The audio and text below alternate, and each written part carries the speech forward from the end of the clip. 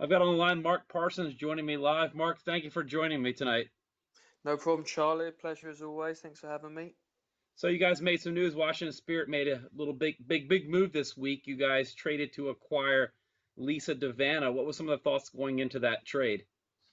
Yeah, as soon as we knew she was available, I think everyone across the league would have been interested or was interested, and we'd worked hard on bringing her here, and regards to communication with her and sharing what we're about and the direction we're heading in, and um, she's now here. She's excited. She's happy, and she's trained twice this week, and settling in really well.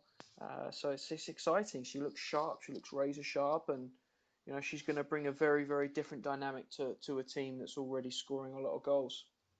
Not to show your cards too much, but what kind of role do you think she's going to have to start off? I think that's up to her. I mean, we've been doing well high up the pitch, and we've got a lot of different options up there. We know that she can play high. You've seen her be very successful, especially for the Australian team, in a wide position.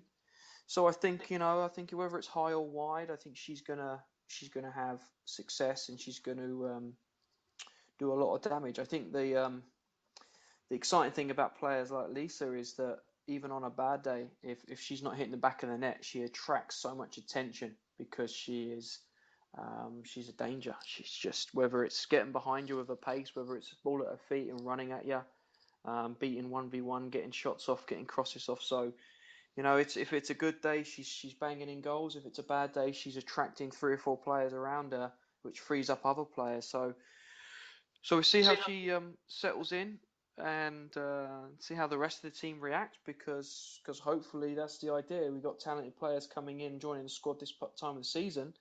We've got players that have been working hard for a couple of months now, so they keep doing their job, make life difficult for the new players. That would be a healthy situation. At the same time, there's real depth across the squad, high level depth now, and if people are not grabbing their opportunity, then we know that there's people on the bench ready to jump in.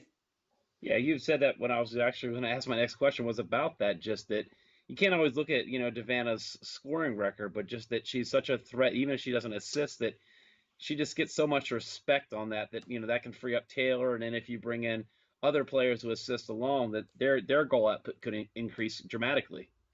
Yeah, I think it's a bit unfair. I think Lisa's stats, recently has been a bit unfair. It's you could say the same about a couple of other forwards across the league in teams that are doing really well. Some other forwards haven't been scoring or assisting the goals, but they're high class forwards. If their attributes, their knowledge, their understanding.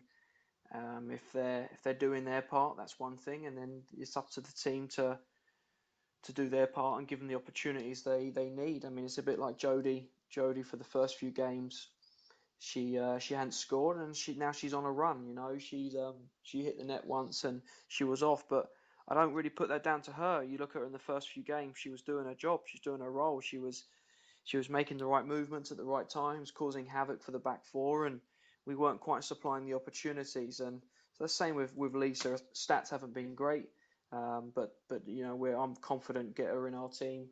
I'm confident we get it right. We give her opportunities. She's a finisher.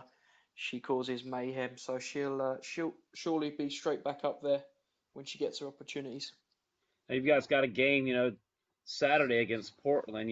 Looking at that game, I guess that's always a difficult challenge for any coach when you've had all these international call-ups. How's that going to be making your roster this Saturday? The preparation's been really tough, as in it's you're trying to keep an eye on how players do while they're away, how many minutes they're playing. Really proud of Ashlyn getting a start last night, and Krieg's obviously played two games, so she's going to be a bit tired.